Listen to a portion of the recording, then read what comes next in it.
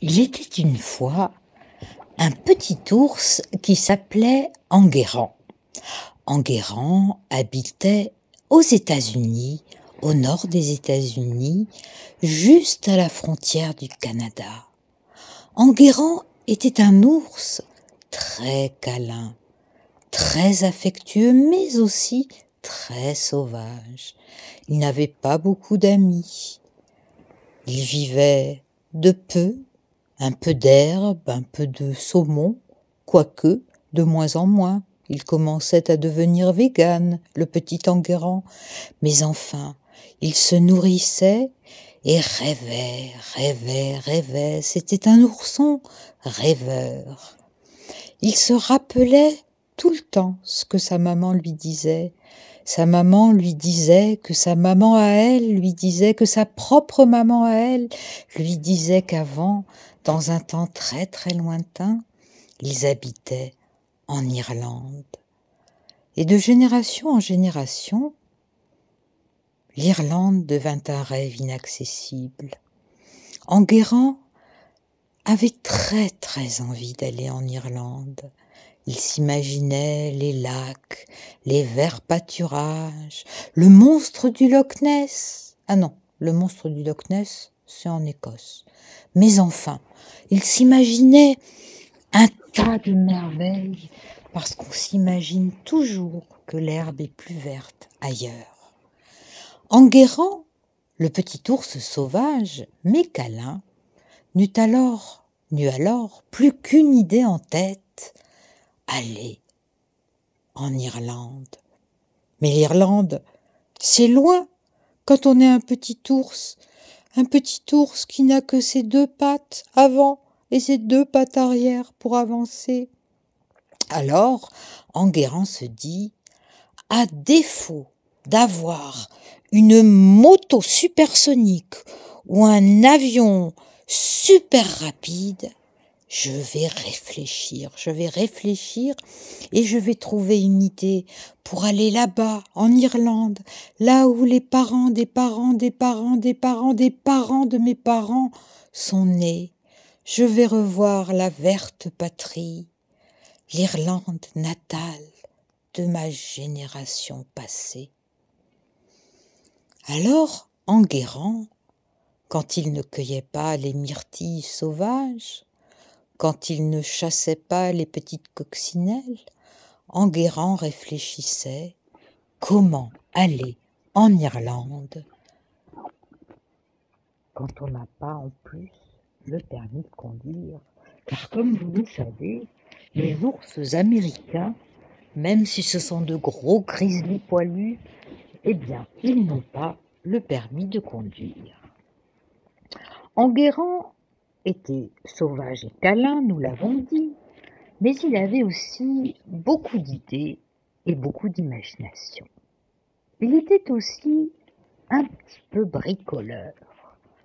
Pendant des jours et des jours et des jours, il fureta par-ci, par-là, parcourant des dizaines et des dizaines de kilomètres. Chaque fois qu'il croisait une nappe de pique-nique abandonnée par des randonneurs, chaque fois qu'il croisait un morceau de tente, un morceau de vêtement, tout ce qui ressemblait à du tissu, il le prenait en disant: ça me servira un jour. Le temps passa, Enguerrand grandissait, et plus il grandissait, plus son rêve grandissait. L'Irlande, ah, comme il avait envie de voir le pays de ses ancêtres, lui, le petit ourson américain, qui ne connaissait que les lointains nuages qui venaient du Canada et qui voulait tellement voir les vertes prairies de la verte Irlande, entrer peut-être même dans un pub, écouter ces si magnifiques chants traditionnels qui, chaque fois qu'il les écoutait à la radio d'un pique-niqueur caché derrière un bosquet, le transportait de joie et d'émotion. Enguerrand collectionnait donc les morceaux de tissu. Pourquoi faire, me direz-vous? Eh bien, tout simplement parce qu'il avait eu une idée. Lorsqu'il eut plein et plein de morceaux de tissu, il se mit à la recherche de quelques ronds, d'un peu de fil sauvage. Vous savez, les fils sauvages qui poussent dans les collines, dans les bois, des petits cocons de verre à soie, des petites bricoles qui peuvent très bien servir de petits fils. Eh bien, Enguerrand, avec les ronces qu'il avait récoltées, avec le tissu qu'il avait récolté, que fit-il à votre avis? Eh bien, il se mit à coudre, à coudre, à coudre, à coudre. Il cousait tout le temps qu'il n'était pas occupé à chercher sa nourriture, il cousait à petits points, comme sa maman lui avait appris, parce que sa maman disait: Enguerrand, mon fils, dans la vie, il faut savoir recoudre des boutons. Ce n'était pas que les oursonnes qui coudent les boutons. Les ours aussi doivent savoir coudre, et donc Enguerrand savait coudre. Il cousait à petits points menus, précautionneusement, pour qu'il n'y ait pas de vide entre chaque point. Puis vint le jour où il assembla une immense toile qui était toute ronde. Enguerrand grandissait, je vous l'ai dit, il devenait un beau grand ours, toujours câlin et toujours sauvage. Lorsqu'il eut fini de rassembler cet immense morceau de toile, vous avez peut-être deviné à quoi allait servir cette toile, non? Eh bien, je continue.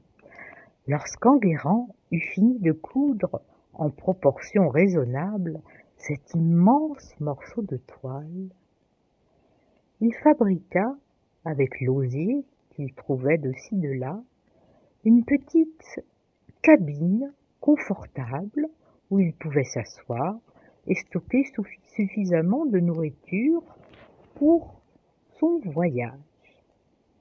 La cabine était très costaud, il l'arrima à son morceau de toile qu'il accrocha tout autour.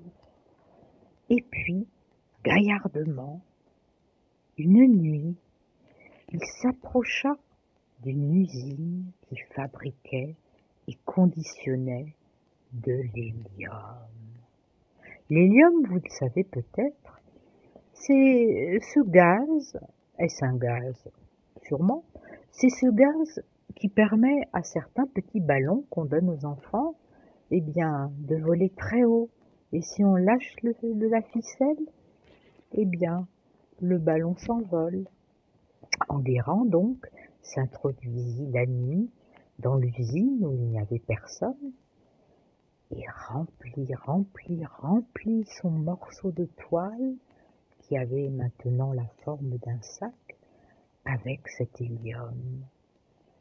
Il avait dû arrimer au sol le morceau de toile et son petit siège confortable pour ne pas qu'il s'envole.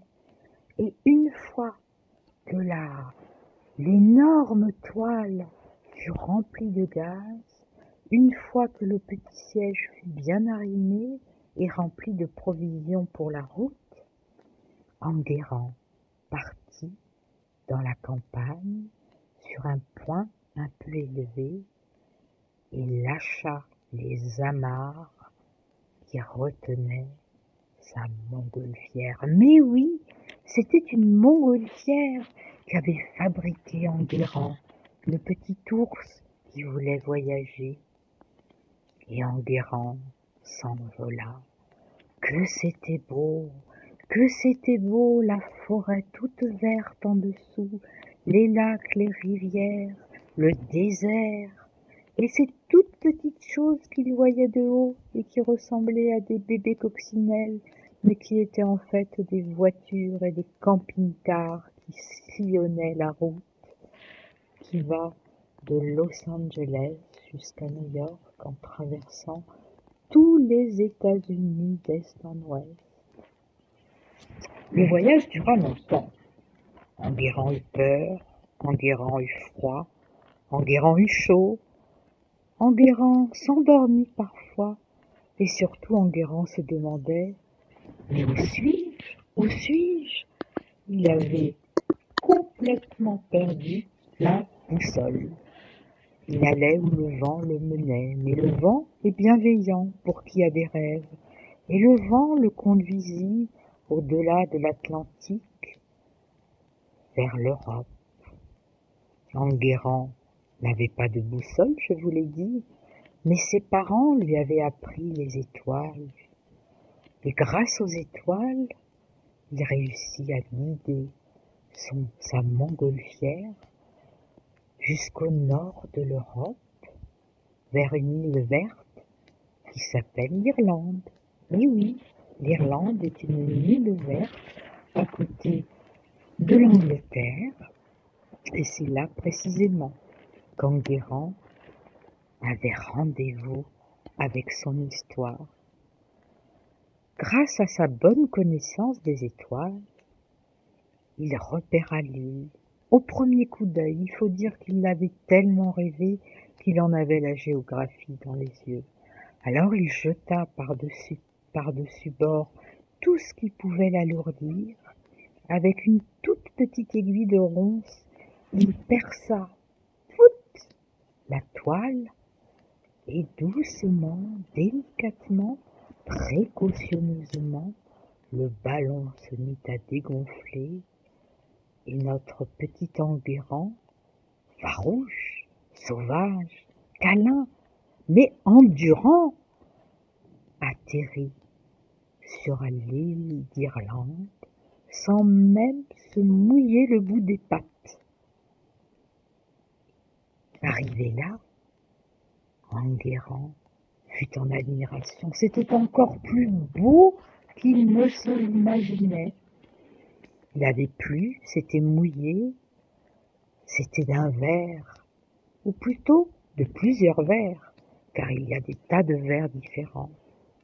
Non loin de là, il y avait un lac qui ressemblait au lac du Connemara. Vous connaissez le lac du Connemara? Oui, vous connaissez le lac du Connemara. C'est un des magnifiques lacs d'Irlande. Alors notre petit Enguerrand, tout frétillant, tout heureux, plongea dans le lac, se savonna, se bichonna, s'entourloupetta et revint sur la rive, couché au sol, regardant le ciel, la nuit qui tombait, les étoiles qui venaient. Il se sentait chez lui. Il se sentait vraiment chez lui. Il avait fait connaissance avec le pays de ses ancêtres. Il croisa alors une petite marmotte. « Que fais-tu là ?» dit la marmotte. « J'ai jamais vu d'animal de ton espèce. »« Mais je suis un ours, » dit l'ours. « Un ours, » dit la marmotte. « Mais il n'y a pas d'ours en Irlande. »« Comment il n'y a pas d'ours? Et moi alors, je compte pour du beurre ?»« Mais non, tu comptes pas pour du beurre, mais de mémoire de marmotte, il n'y a jamais eu d'ours en Irlande. » Eh bien, tu es une marmotte à faible mémoire. Les parents des parents des parents des parents des parents de mes parents étaient irlandais, et foi d'Irlandais, je le suis aussi. Ah ça, dit la marmotte, comme c'est curieux. Des ours en Irlande. Eh bien, on tombe sur la tête. Allons voir Maître Hibou, le sage de la forêt, qui sait tout sur tout et qui pourra tout nous dire. La marmotte était un peu fatiguée, elle se jucha sur les épaules d'Enguerrand, qui était fort et solide, malgré la petite perte de poids qu'il avait subie à cause de son long voyage dans les airs, et qu'à un cas, ils arrivèrent dans la forêt pour voir Maître Hibou. « Maître Hibou, » dit la marmotte, « Enguerrand, l'ours, dit que l'Irlande est la terre de ses ancêtres, mais jamais, jamais, jamais, je n'ai entendu dire qu'il y ait eu des ours en Irlande. »« Ma foi, dit le hibou en se grattant le menton, ma foi, cela me semble un peu curieux. Je vais demander à mon épouse la hibou, qui est bien plus cultivée que moi. Très chère, ma hibou, parce que franchement, hein, pourquoi on féminiserait pas les noms des animaux? Et moi, je sais pas comment ça s'appelle, les femelles hiboux. Bref, le hibou demanda à sa hibou, alors dis-moi, hibou, ma chérie, as-tu entendu jamais parler d'ours sur la terre d'Irlande? La femme du hibou, Hibounette, était très cultivée. Elle avait lu des tonnes et des tonnes et des tonnes de livres et elle connaissait sur le bout de ses plumes l'histoire de l'Irlande. Et elle lui dit, ma foi, très chère, ma foi, petite marmotte et ma foi, petit ourson, il me semble que dans le temps, il y a fort, fort, fort longtemps, un cirque, un méchant cirque, s'était installé là, venant de France et d'Ariège, et qu'il avait amené avec lui un couple d'ours pour faire des exhibitions de village en village.